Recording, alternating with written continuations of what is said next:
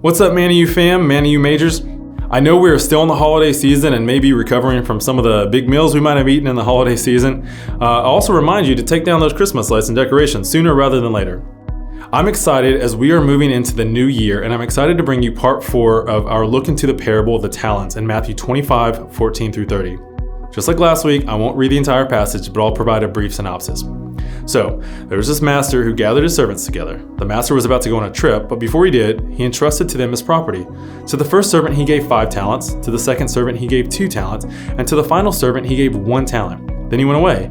The first servant doubled his master's money and went from 5 to 10 talents. The second servant doubled and went from 2 to 4 talents, and the third servant didn't know what to do. He was scared, fearful, so he dug a hole and buried his master's money, which again just seems absolutely crazy.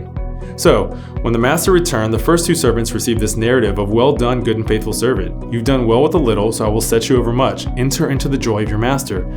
The third servant received a much different narrative. He was called a wicked and slothful servant, and he was banished.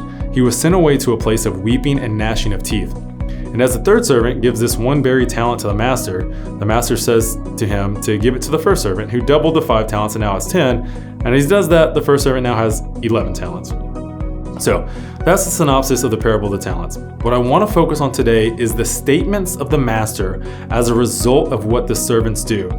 The statement, "Well done, good and faithful servant," is such a powerful statement.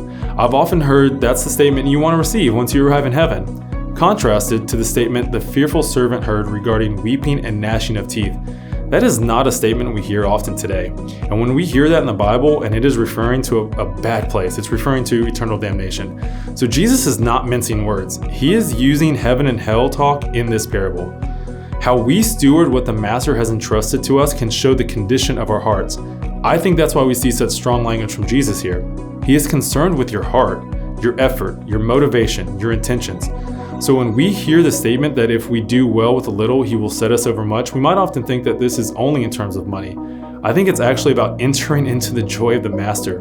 So a part of that may be growing our ministries, may be growing our influence, but it's certainly not about money, or not just about money. The fearful servant didn't know how to make the effort. He didn't risk anything. That decision reflected the condition of his heart. He just wanted to play it safe. How many of us are guilty of the same thing in certain seasons of life?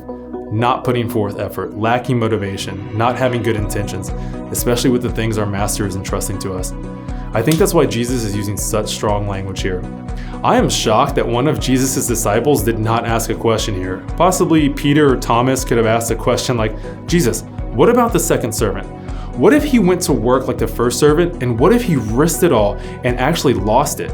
So the master comes back and the second servant tells him, "Master, I tried really hard. I tried everything I knew to do, everything that the first servant did, but I failed, and I'm so sorry." Jesus, we gotta know, which of the 2 narratives would this servant receive? Well done, good and faithful servant, or weeping and gnashing of teeth? I can't tell you for sure because scripture doesn't record this question being asked or its answer.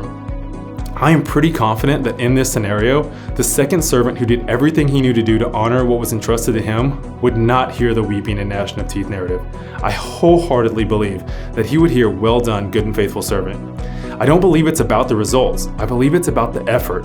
It's not about the amount of the give, it's about the amount of the go. So if you are worried about the results, worried about the amount of the give, that's where some might be tempted to dig a hole, and that's where we begin to lose our way. So as we step into this new year, let us not worry about the results. Rather, let us say, "Yes, I'll go." Let us steward well what the master has given us. Let us strengthen our community, our small groups around us, and be willing to ask them for advice, guidance, wisdom, and let us walk toward our well done, good and faithful servant. I'm excited for what 2026 brings us this year. Love you, Manna U fam. God bless.